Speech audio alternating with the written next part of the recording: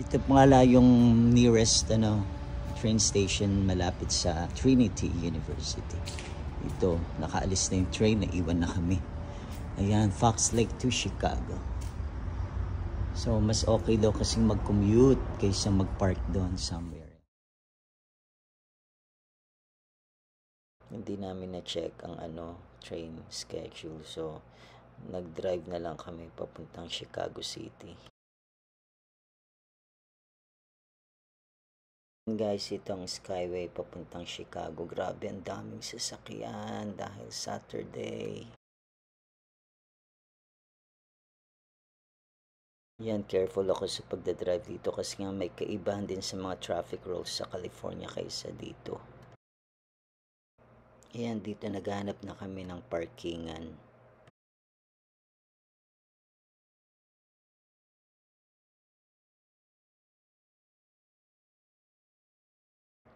Yan, it reminds me of Ermita, Manila. Ito naman Queens, New York, pero mas malinis kaysa sa Queens. Yan o, diba? Ganda.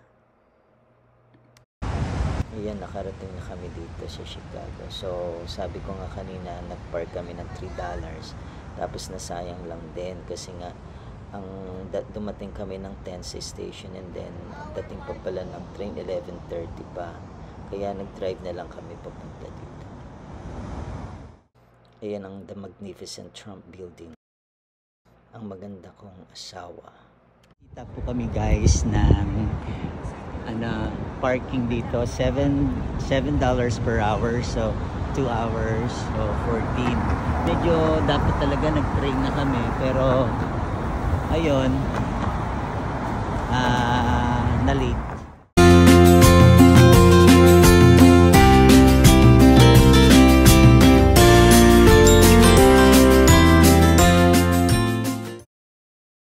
Yan, mula sa parking area namin, naglakad kami ng konti and then may entrance doon papunta ng Chicago River Walk.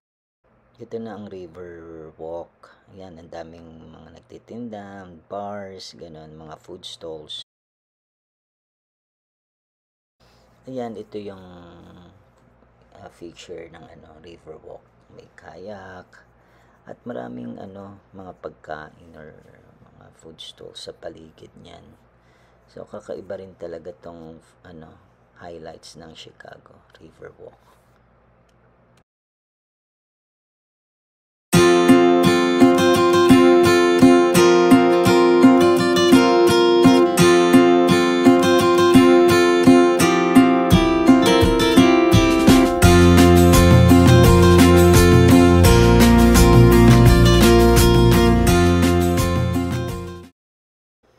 Yan, maganda kasi ang weather, so ang daming tao. Kaya ito, papunta kami sa Millennium Park nito.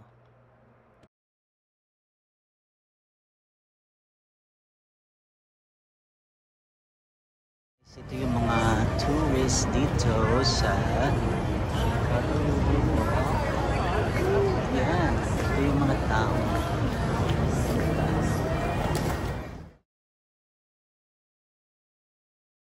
Mahaba tong river walk na to at meron pa sa kabilang side, hindi na nga namin napuntahan.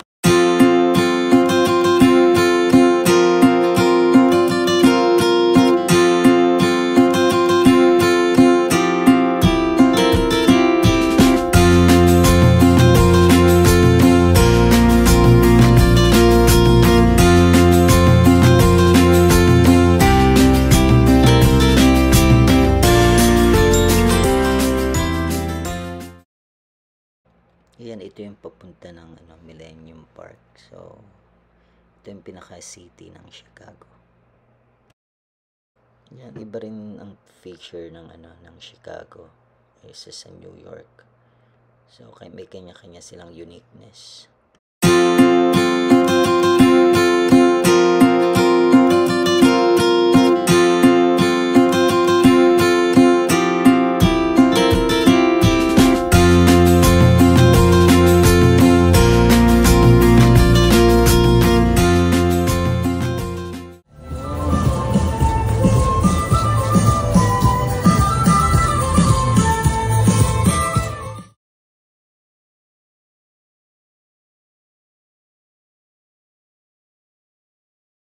Ano lang siguro itong city ng Chicago ay mas malinis kaysa sa New York.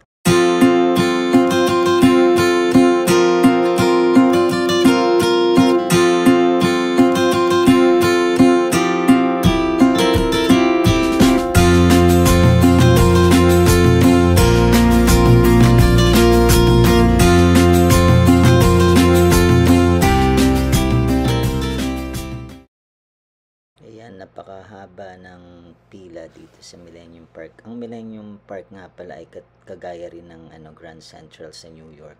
Malaking park din to. We're here at the Millennium Park, one of the attractions here in Chicago.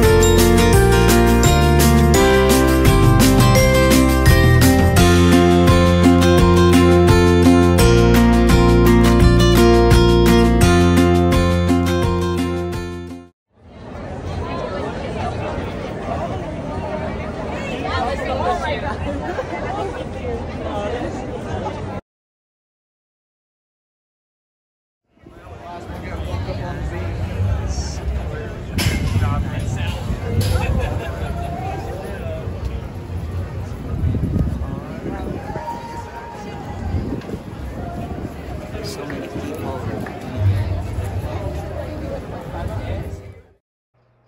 Yan, parang ito yung stadium nila na where they hold concerts.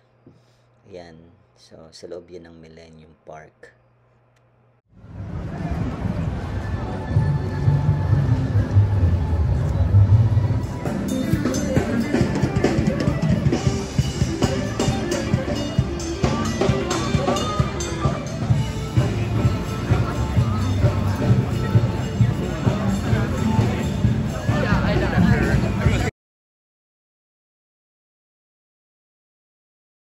Talagang jam-pack ngayong araw na to. Maybe because it's Saturday. So, yan.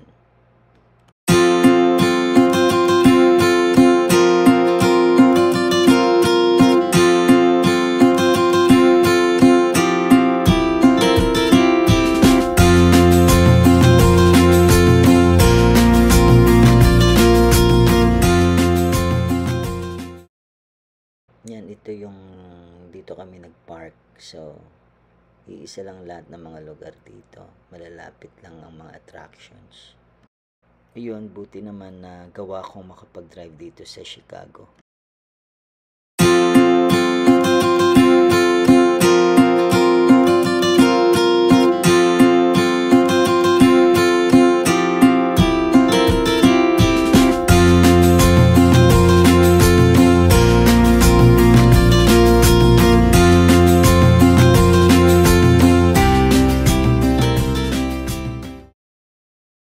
Kaya talagang dito puros lakad. So, mas maigi talagang mag-train ka na kaysa, idalhin mo yung sasakyan mo para save ka rin sa mga parking fees dito.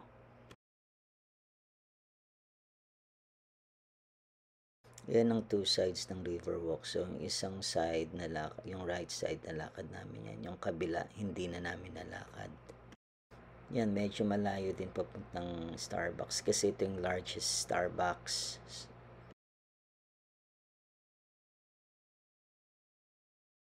Yan, bubuti na lang okay yung weather ngayon kasi in the past 2 days talagang makulimlim, laging maitim ang ulap, laging umuulan.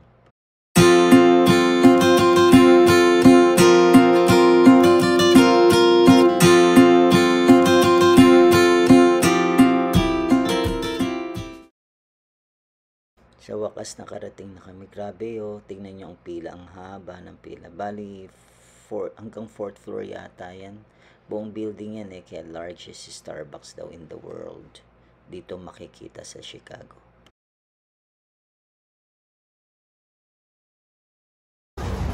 Welcome in, no?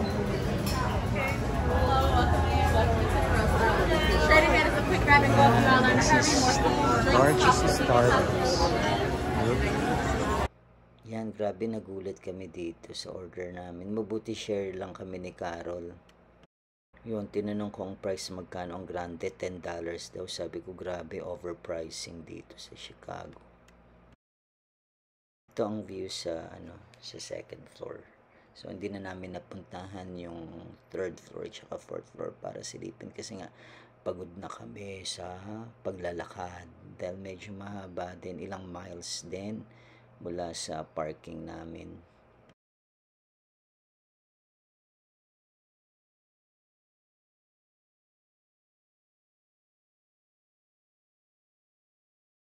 Yan talagang puros lakad dito. Pabalik na kami sa aming parking. Yan, ito yung Hancock Building na nandirito nakalocate ang 360-degree na Chicago Observation Deck.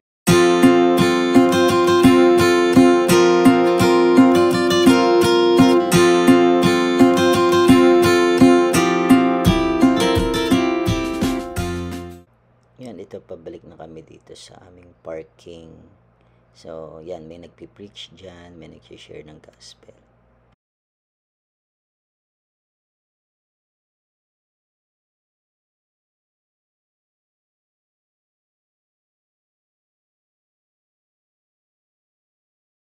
Ngayon talagang in-explore lang namin tong lugar ng Chicago City. Yan, I would recommend to take the train and then, park your car in the train station.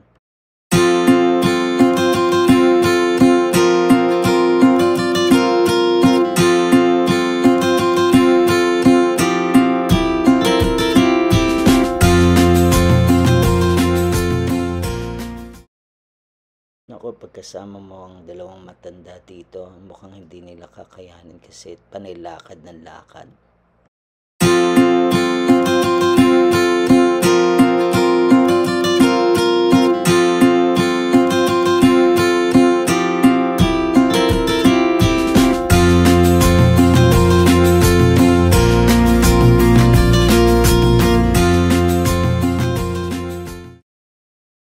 Yan, talagang may enjoy nyo ang Chicago City Tour dito kasi malinis ang kanilang city.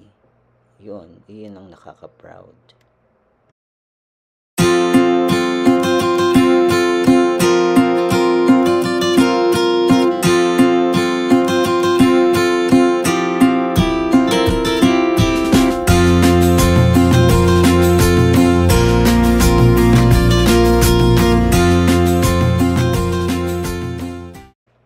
Medyo malapit na kami dito sa aming parking area.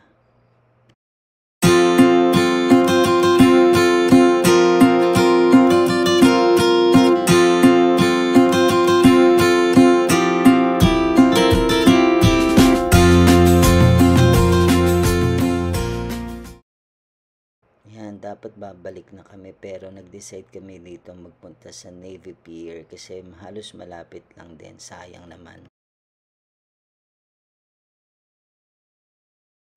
Actually, maraming attractions ang may i-showcase ng Chicago. Yan, ang ride fare dyan sa Giant Wheel ay $21.